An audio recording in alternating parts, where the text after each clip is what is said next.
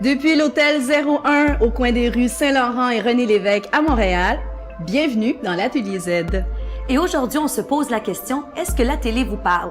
Pour en jaser, notre invité Angelo Cadet. Angelo, viens nous rejoindre. Kitty! Bienvenue, ça va? Oui, allons-y. Allons-y. Allez-y. Allez. Hey.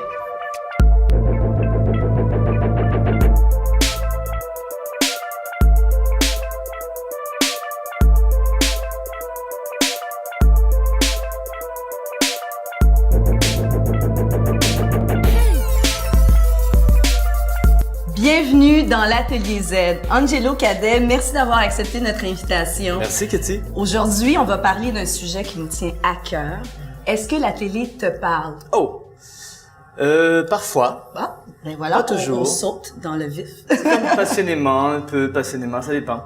La télé me parle moins aujourd'hui, en 2014, parce que je trouve que justement, il n'y a pas d'émission auxquelles je peux avoir une espèce de relais, où on disait il y a quelques années, peut-être il y a 25 ans, on disait que la télévision devait être le reflet de la société.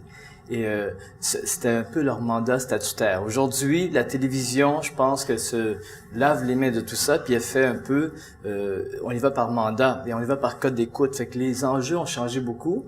Et le problème, c'est qu'il y a beaucoup de gens qui délaissent la télé parce que ce soit les femmes qui se retrouvent pas, que ce soit les groupes ethniques, ou d'autres sortes de types de personnes qui touchent à la société. Fait que les sujets sont parfois brûlants, mais d'autres nous touchent, ça laisse à désirer. J'ai fini par le dire. Mais écoute, on peut pas passer sous silence toute ton implication dans la télé québécoise. T'as travaillé, ben non, il faut le mentionner. Non, il faut le mentionner. Angelo, il faut le mentionner. T'as travaillé très longtemps à Musique Plus, Musimax, près de 10 ans. Là, dernièrement, à TQS, à Flash. En tout cas, T'as vraiment touché à tout. Tu fais de l'enseignement, de la mise en scène. Fait que t'es un excellent observateur de la scène médiatique québécoise. Depuis les 20 dernières années, de quelle façon tu vois que ça a évolué? Bonne question. Ben, c'est-à-dire que moi, mon parcours, j'appelle jamais ça une carrière, j'appelle ça un cheminement. Fait que j'essaie d'évoluer à ma façon. J'essaie de créer mes propres choses parce que attendre après que le téléphone sonne pour la télé, tu peux avoir une barbe longue à la fin, tu sais. Fait que, je trouve que la télé a peut-être régressé en ce qui me touche parce qu'au niveau des rôles, par exemple, on m'offre encore des rôles de chauffeur de taxi ou faire partie d'un gang ou bien d'être un personnage qui a toujours un côté, on pourrait dire, weirdo, entre guillemets. Genre stéréotype encore. Stéréotype, ou bien quelqu'un qui est déconnecté de la société puis qui tu sais, fait que tu dis, est-ce que je pourrais pas jouer quelque chose comme un notaire, un avocat, un agent double, quelque chose qui serait intéressant. Et je trouve qu'il y a 20 ans, on parlait de ces sujets-là. C'était des sujets brûlants. Puis aujourd'hui, on en traite encore. Fait que je trouve que de ce niveau-là, la télévision a régressé. Comme plus ça change, plus c'est pareil. Ouais. Mais c'est en quelque sorte un beau problème pour toi parce que ça t'a permis de te renouveler. Ouais. T'es toujours aussi pertinent et même je pense que tu l'es encore plus parce que tu travailles avec la relève. À quoi elle ressemble, la relève? Elle est organique, elle est énergique. Je pense que la relève avec le web, ça lui permet de déployer toutes ses ailes parce qu'avant, passer dans une émission, c'était un petit peu complexe. Fallait que tu fasses des auditions, fallait que tu fasses une école, fallait que tu sois autodidacte, mais tu as suivi des ateliers. Aujourd'hui, beaucoup de gens peuvent faire leur émission web, télévision, grâce au web justement. Fait que c'est plus facile. Par contre, je trouve que les gens, ceux qui veulent faire, exemple, journaliste télé, des fois, ils ont pas fait leur petite classe avant. Et qu'ils se lancent tout de suite, puis on voit tout de suite les faiblesses, on pourrait dire, puis ça fait que des émissions marchent moins longtemps parce qu'ils étaient pas prêts. Mais par contre, on a plus de chances à créer. Au niveau de la création, c'est génial. Moi, en tant que créateur, je trouve qu'on peut faire tellement de choses. Puis grâce au web, en tant qu'acteur, ben on va faire des rôles. J'ai joué un mafiosi italien haïtien. J'ai joué un riche pakistanais homosexuel. Toutes sortes des trucs assez éclatés. Fait que c'est vraiment intéressant. En d'autres temps, t'aurais pas fait nécessairement la télé. Exactement. Tout à fait raison. Ben, la question porte le mot-clé aussi. Est-ce que la télé te parle? Mais est-ce que tu écoutes la télé, Angelo? Non! Du tout. J'écoute plus la télé. Pourquoi? C'est drôle. Pourtant, je me faisais un devoir d'écouter la télévision, je me faisais un devoir d'écouter les nouvelles. Maintenant, je prends mon pied. C'est-à-dire que j'aime mieux écouter la radio. J'écoute que la radio à la Radio-Canada. Au niveau de l'information, c'est intéressant. Quand je travaille, j'écoute la radio en même temps. Et je vais chercher, c'est ça qui a tué un peu, exemple, Musique Plus, c'est un peu ce qui a tué la télé. YouTube a tué Musique Plus parce que les gens n'attendaient pas à être programmés à attendre le dernier clip de Madonna. T'allais sur YouTube. Pourquoi attendre 3 heures? Et la même chose, tu peux aller sur Tout TV, tu peux aller voir les émissions que tu veux, tu peux aller voir les émissions américaines. Fait que tu deviens ton propre programmateur télé. Fait que quand tu ouvres la télévision, on est rendu à faire, tout le monde fait la même chose, on fait le tour, on zappe, on zappe, on zappe. Finalement, tu te complais à à écouter une émission, puis tu dis, bon, celle-là, elle est moyenne. Quand tu as vu tous les 19-2 puis les 8-9, tu vas voir d'autres choses. Mais ça mène pas à une autre situation parce que moi, écouter la télé, oui, des fois on tourne en rond, mais ça me permet de découvrir des nouveaux programmes. Tandis que sur le web, il faut savoir ce qu'on cherche. Tu peux zapper, tu peux comme si tu allais magazine dans une revue, dans un magasin, puis Non, je pense que sur le web, tu peux découvrir, au contraire, c'est que tu as le choix. Moi, présentement, j'écoute la série Suits, une série américaine qui parle d'avocats. J'adore ça. Mais il y a d'autres trucs qui ressemblent à Suits. Des suggestions. Oui, des suggestions. Tu vas juste sur Netflix, tu sais pas quel film que tu vas voir. Mais tu vas dans les comédies puis là, ils donnent une vaste sélection, puis tu choisis. C'est ça, des films d'action, tout ça. Documentaire, par exemple, j'aime beaucoup regarder ça. T'as plusieurs choix. Fait que c'est un peu, sauf que, chose que t'as pas à la télévision. T'es obligé de zapper, mais selon la programmation déjà établie. Alors, puisque la télé ne te parle pas nécessairement, la télé québécoise, quel langage elle devrait parler pour qu'elle te parle plus? Le langage universel. C'est très cliché de dire ça, mais c'est vrai. C'est vrai que la télévision devrait simplement refléter ce qu'on vit aujourd'hui, pas juste les problèmes, c'est pas juste, mais c'est surtout les associations, les communions entre les personnes, et on voit pas ça. Ça devient un sujet électoral, ça devient un sujet annuel, parce que là, c'est le mois de l'histoire des Noirs ou le power amérindien. On va aller chercher tel chef, on va aller chercher telle personne, et là, on va les amener. Vous voyez qu'on parle de vous. C'est pas vrai. Ça devrait juste être naturel. Pourquoi que à Toronto, juste à côté, la diversité au niveau de la télévision, elle est déjà présente.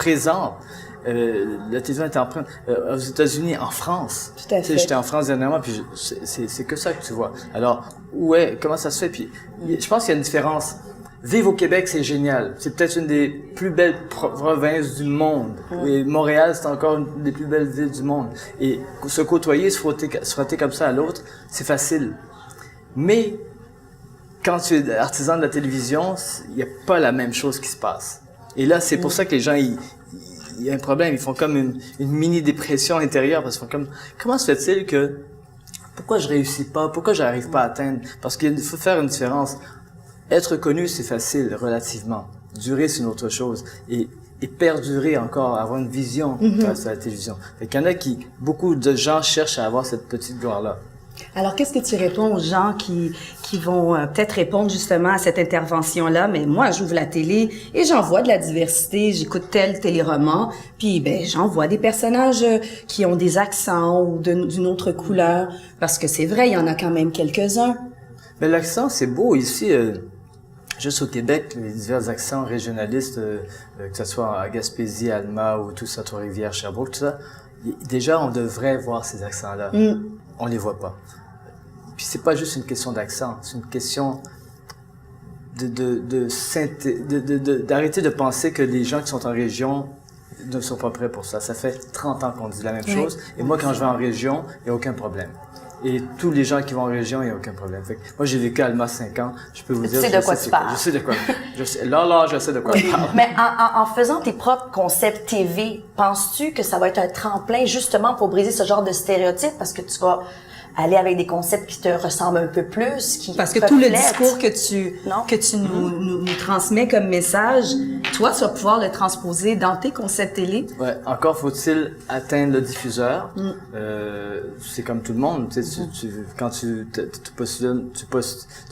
cherches à avoir un poste de journaliste, il faut que tu aies le poste comme tout le monde a auditionné. Mais j'en fais quelques-uns. Maintenant, je commence à écrire pour des personnes. Encore faut-il qu'ils réussissent à atteindre le diffuseur, mais oui, j'espère que...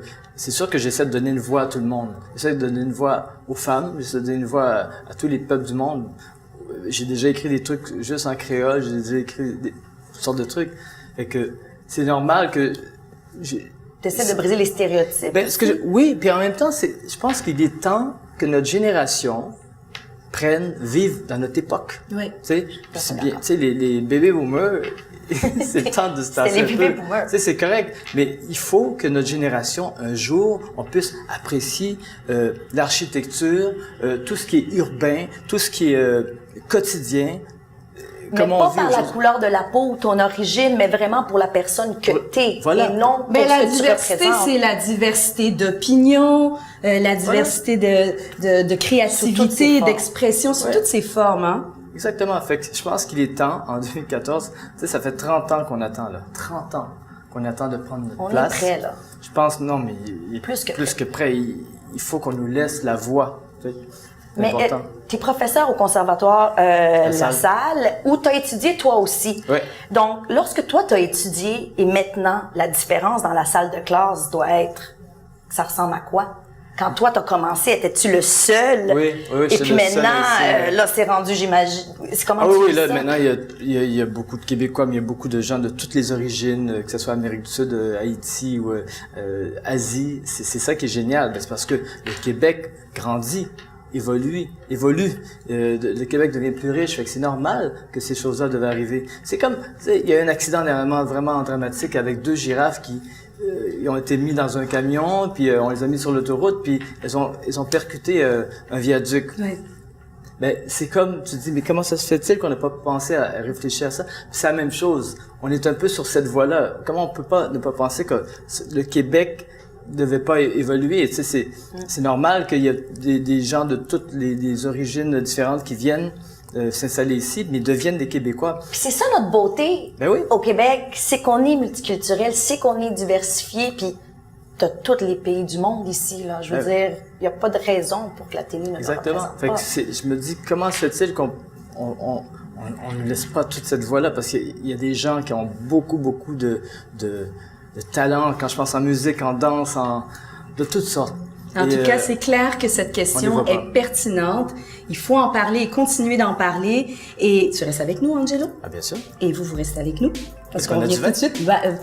Angelo, pas de suite. Là, il est trop tôt. Alors, on revient tout de suite après cette pause.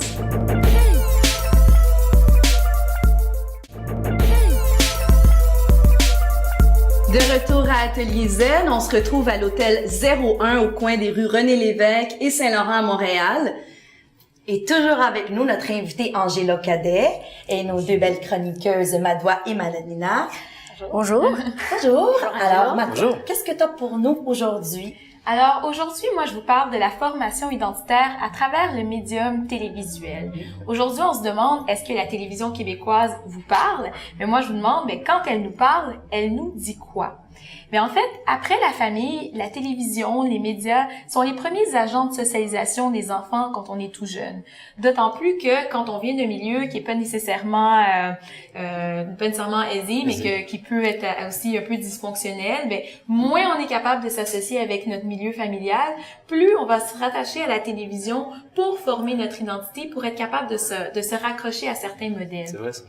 Donc, on a besoin de ces modèles-là. Puis, cette famille est pas nécessairement là pour nous dire, pour nous faire ressortir notre esprit critique, nous faire analyser ce qu'on voit au petit écran. Mais alors là, on s'identifie. Puis donc, ça peut être un moyen de renforcement à ce niveau-là. Mais sauf que quand elle ne nous parle pas, ben alors là, ça peut être un facteur de repli. Donc, il y a des études qui se sont penchées sur la façon dont les représentations dans les médias peuvent influencer la perception que les jeunes ont d'eux-mêmes et des autres. Donc, selon un des auteurs, si on est surreprésenté, on va avoir l'impression de disposer de meilleures possibilités dans l'avenir, on va se sentir beaucoup plus fort à travers ça, tandis que si on est sous-représenté, alors là, on va avoir l'impression inverse.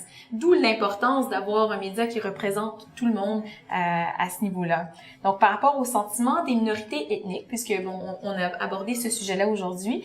Il y a une professeure de l'Université de Toronto qui abonde dans ce sens et qui dit « Les minorités ethniques du Canada ne se sentent pas représentées dans les médias, ceci ayant pour effet de perpétuer le sentiment d'ostracisme, d'amoindrir leur participation et de diminuer leur rôle en tant que citoyens de leur nation. Donc, ça a vraiment un rapport à toute à notre identité personnelle, mais à notre identité commune. Puis aussi, il y a une autre professeure qui dit que ça se développe tout jeune et que la télévision, c'est sérieux. Que les jouets aussi, c'est sérieux. Puis que les enfants, ils reçoivent des messages, autant au niveau du genre, mais au niveau de ce à quoi ils ressemblent, sur ce qu'ils sont, sur leur confiance, sur leur image de soi, sur le pouvoir. Donc, c'est très important.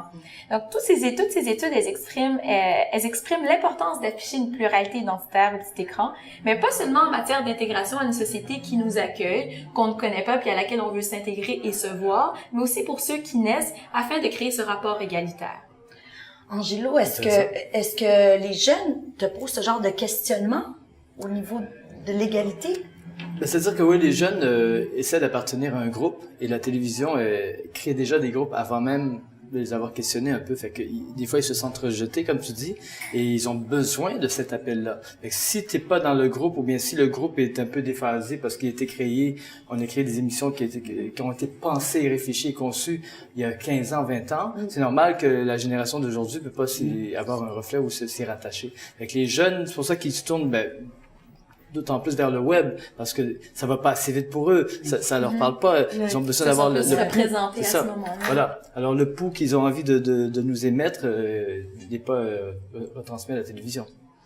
Les études ne mentent pas. Non. Exactement. Donc, c'est un peu ça que toutes ces études-là disent, que les jeunes, quand ils intériorisent ces messages-là, qu'ils doivent s'identifier aux messages qu'ils voient à la télévision, qu'ils font partie d'une société dans laquelle ils sont nés, puis qu'ils y participent avec ce rapport égalitairement. Donc, oui, la télévision, c'est un médium social à travers lequel c'est important de ne pas perpétuer des stéréotypes pour qu'on n'ait pas peur de l'inconnu, puis que notre image de l'autre ne se forme pas de façon erronée, mais c'est important aussi pour l'image de soi, pour qu'elle se forme de façon très correcte. Donc, il faut dans le fond, on se sente dans la norme. Est-ce qu'on est normal? Est-ce que ma réalité, elle est représentée à la télé ou elle est soit trop acculturée par rapport à ce que je suis vraiment ou sinon trop déphasée, trop stéréotypée? Puis c'est sur cette corde sensible-là que les auteurs, ils doivent s'en tenir. Donc, c'est bien important que l'écriture elle puisse représenter ça pour que, finalement, la fiction télévisuelle soit un miroir de notre société puis qu'on puisse créer plus de cohésion sociale à travers ça puis qu'on crée une culture commune. Moi, je dis souvent aux jeunes d'éviter la norme, d'essayer d'être vraiment plus individuel et personnifier leur rapport et leur concept qu'ils veulent faire. Finalement, on dit qu'on se crée avec l'autre, mais aussi dans la solitude. Donc, il y a quand même une dichotomie, c'est ça. Mais ça crée une société plus forte, définitivement. Définitivement. Tout à fait. Alors, Madalina? Alors, je reste dans la même idée, c'est-à-dire que la problématique de la représentativité à la télé n'est plus vraiment au goût du jour. Pourquoi? À cause d'Internet, qui prend toute la place dans les études universitaires, dans les départements de communication.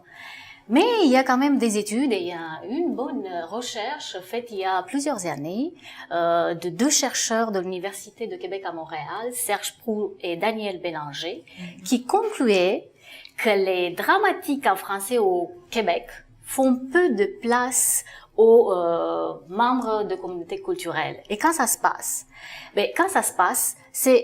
Sont associés à des problèmes, la violence, la criminalité et la drogue. Donc, en parlant de la diversité à la télé, je trouve quand même intéressant et utile de parler de qui? Et de parler aussi du récepteur. Qu'est-ce qui l'intéresse finalement? Qu'est-ce qu'il regarde? Est-ce qu'il y a une diversité dans sa manière de consommer de l'information? Alors, savez-vous comment les Québécois s'informent-ils? Comment? Alors, c'est pas moi qui le dis, c'est encore une étude réalisée l'année passée par le Centre d'études sur les médias ainsi que le Consortium canadien de recherche sur les médias qui nous dit beaucoup de choses. Et première chose, c'est que Internet gagne du terrain, mais quand même, même si Angelo, tu dis que tu es beaucoup sur Internet et moi sur la télé occupe la première place. Reste encore quand même importante. Qui suit? Il y a la radio. La radio, Voilà. Et après, même si en 2013, donc au moment où l'étude a été réalisée, occupait la même place, la télé et la radio. Alors, un autre constat important, c'est que l'intérêt pour l'information accroît avec l'âge. Plus on vieillit, plus on regarde la télé, on s'informe un peu plus. On devient gaga aussi.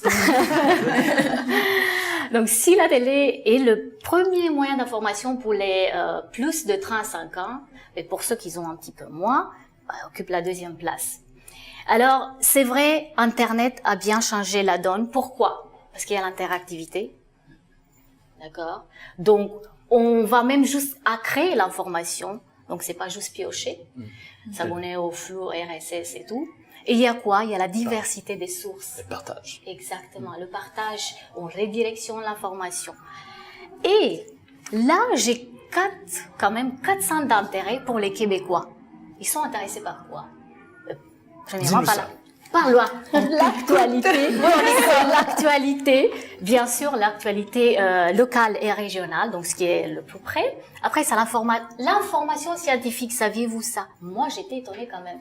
Et le sport? Quelle place occupe le Ah, le sport. Tu vas voir le sport. Il y en a encore 2 places. Il n'y a pas de sport là. C'est la politique québécoise et là, la météo. Ah, ben oui. La météo. Ben oui. C'est que la météo. C'est pas que la météo, mais c'est quand même la météo. Mais ils sont pas intéressés par les gens qui parlent. Oh, c'est intéressant ça quand même. Donc ils s'intéressent. Comme nous, ça. Les gens qui parlent de quoi? Mais de On fait l'actualité. l'exception. Des vedettes internationales et du sport, d'économie, des finances, voilà. Et ils s'intéressent pas, il paraît, sur la mode, les tendances et l'automobile. Oh, ça me Il surprend. manque quelque chose, hein? Il manque quelque chose quand même, oui. Donc, en tant que source d'information pour ces centres d'intérêt que je viens de dire, la télé reste prioritaire avec 38%, suit le web et les quotidiens. Les dernières places sont occupées par les magazines et la radio. Donc oui, la diversité sur l'écran, mais aussi la diversité au niveau de l'information. Ouais, Très c'est vraiment intéressant. intéressant. Très intéressant. Mais c'est là qu'on voit vraiment le pouvoir de la télé. Et il y a des gens qui travaillent quand même, hein, qui amènent de l'information pertinente. C'est le 4e pouvoir. Tout à fait. Mais le web va gagner. Donc, notre question, elle est vraiment juste à savoir si la télé nous parle. Tout à fait. Parce que c'est comme ça qu'on crée une société plus forte. Tout à fait. Ouais. Alors, merci beaucoup, Madalina et Madoua, pour les chroniques extrêmement Avec intéressantes. plaisir. Angélo Cadet, c'est toujours un plaisir de t'avoir et que tu aies pris le temps de venir nous rejoindre ici en C'est studio. plaisir pour moi, Même de te mesdames. garder, c'est un Merci plaisir. beaucoup. Et vous, à la maison, on vous revient avec nos coups de cœur. Ne partez pas.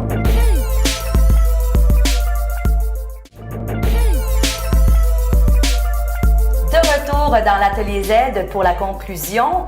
On y va avec nos coups de cœur. Alors, je commence avec le mien. Et alors moi, aujourd'hui, je vous parle de ces gars-là.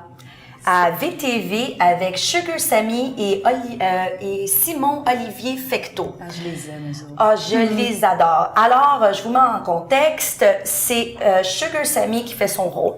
Sam, un jeune Indien de 32 ans, qui est libéral, anglophone, qui habite toujours chez ses parents. Il peut pas défaire le cordon ombilical. Et Simon, qui interprète un Québécois pur laine, né à Victoriaville, qui est sur le plateau Mont-Royal. Alors, les deux, qui sont un peu loser, un petit peu. Personnage qui crée à l'écran. Vraiment. Et puis, il nous amène l'actualité d'aujourd'hui du Québec de façon humoristique, avec humour. Et j'ai vraiment adoré ça parce que j'ai trouvé ça extrêmement rafraîchissant. J'ai trouvé ça différent. Je me suis sentie interpellée. Très près de la réalité. Très près de la réalité et j'avoue que j'étais pliée en 4. Si vous avez manqué la première saison, c'est pas grave parce qu'ils en font une deuxième.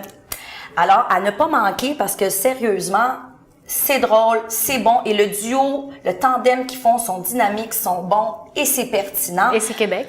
Et c'est très Québec, c'est très Québec. Très pertinent, à ne pas manquer. Donc, c'est à VTV, c'est ces gars-là et c'est Sugar Sammy avec Simon Olivier Fecteau. Est-ce que tu sais si c'est diffusé sur le web? Oui, on peut aller le voir pour la première saison sur le web à VTV. Donc, vous pouvez Génial. déjà commencer à aller le voir. Ces gars-là. Ces gars-là. Alors, Madalena, c'est quoi ton coup de cœur? Ah bon, c'est les Québécois. Et la télévision. Une grande histoire d'amour. C'est un très très beau magazine qui est apparu il y a 2 ans. Et c'est un numéro de collection de TV Hebdo. 116 pages, plus de 400 photos avec des grands moments de l'histoire du petit écran du Québec. C'est du visuel, c'est enrichissant et c'est bien de l'avoir dans nos bibliothèques. Et pourquoi? Parce qu'il y a une chose très importante. Ici, au Québec, la culture passe par la télévision. Si en France, la culture passe par la littérature, si chez nos voisins, les Américains, ça passe par le cinéma, et si chez les Anglais, ça passe par le théâtre, ici, c'est un vecteur majeur. Voilà. Ouais. C'était mon coup de cœur. Ça venait du cœur. Et puis toi, Madoua, c'est quoi ton coup de cœur? Et moi, mon coup de cœur est vraiment en lien avec mathématiques. Donc, je parlais de la formation identitaire chez les enfants avec ce qu'ils regardent à la télé. Donc, moi, c'est Docteur La Peluche. Oh, c'est mignon. C'est diffusé sur Disney Junior. Puis bon, Dottie, la personnage principale, c'est une petite, afro-américaine avec ses 2 Lulus qui rêve de devenir médecin comme sa maman. Puis, je trouve ça charmant comme tout, d'une part parce que c'est un modèle très, très positif parce que les petites filles, puis en même temps, les jeunes de différentes cultures, et autant les garçons que les filles, peuvent vraiment s'approprier ce modèle-là, mais les petites filles de couleur encore plus en se disant « Ah, il y a quelqu'un à qui je peux m'identifier. » Donc, c'est un modèle positif. Il y a aussi une inversion des genres dans ce modèle-là, parce qu'on dit que la télé, c'est un vecteur de normalité, puis on l'a vu ici au Québec avec toute l'évolution de la télé, avec l'identité familiale, la famille nucléaire, la famille recomposée, comme avec Ramdam. On s'est reconnu là-dedans, puis là-dedans, mais elle, sa maman, elle est médecin, puis son père, c'est papa au foyer. Et puis aussi, on parle de la diversité très, très ouvertement, pas nécessairement dans les épisodes, c'est pas une thématique en tant que telle, mais par exemple, dans un épisode, on parlait de la beauté de chacun des personnages à travers leurs différences, donc je trouve ça beau d'exploiter ça chez les enfants. Donc pour toutes ces raisons, c'est mon coup de cœur. Oh, c'est différent. C'est un beau coup de cœur. C'est un beau coup de cœur, vraiment. Ben moi, pour conclure, mon coup de cœur, parce qu'on parle de diversité, la télé, est-ce qu'elle nous ressemble? Mais encore faut-il les connaître, ces nouveaux artistes, artisans, journalistes, animateurs de cette relève qui va rendre notre télé plus diversifiée. Donc, mon coup de cœur, c'est les Grands Prix Mosaïque, les listes de la diversité du Québec. Cette année, en 2014, c'était la 2e édition. Donc, c'est quand même une plateforme bonne qui va s'améliorer avec le temps, mais le concept de départ est génial. Donc, c'est vraiment pour couronner l'excellence journalistique issue de la diversité québécoise. Puis quand on parle de diversité, on l'a dit, hein, c'est pas juste une question de couleur de peau, mais c'est l'accent, c'est le genre, c'est le nombre. En fait, c'est tout ce qui est différent. Il faut être capable de se démarquer pour rendre cette télé plus pertinente, puis qui nous ressemble plus, pour faire de notre société une société plus forte. Alors oui, les prix LIS méritent définitivement notre attention, et surtout vous, chers producteurs, hein, allez découvrir la relève. Hein? Parce qu'elle est belle, elle est belle. Alors, c'est ainsi qu'on conclut cette émission sur la télé. Est-ce qu'elle vous parle? On remercie notre invité Angelo Cadet qui était avec nous en début d'émission. Merci Madoua, Madalena. Merci à vous pour de belles ma complice. Et on vous dit à la semaine prochaine pour une autre émission dans l'Atelier Z.